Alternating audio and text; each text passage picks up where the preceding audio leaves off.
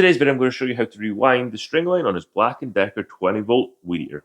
With your string trimmer out of string line, you need to remove this cap. And to remove this cap, you just press this button down and the one on this side to remove this orange cap. And the spool will come out with that. Now you'll see there's a little bit of string line left in here, but now we need to remove this. And to remove that, you just need to unclip it from this little slot here. So we're going to pull that around. And remember how that's hooked around, because that's exactly how you're going to line up the replacement string. So we need to get this through here and pull it out. Now we're going to take our new 0.065 string line. We're going to put it into that hole that's right there. I'm going to push it down until it won't go any further. We're going to hook this around and push it into the slot and pull it through.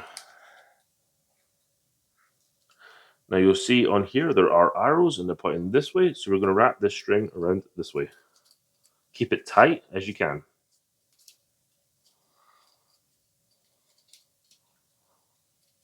Now we've got about 6 inches of string line left over here, and I'm just going to hook it into this slot here. I'm a little bit clumsy, and you don't want it to unwind after you spent all that time rewinding it.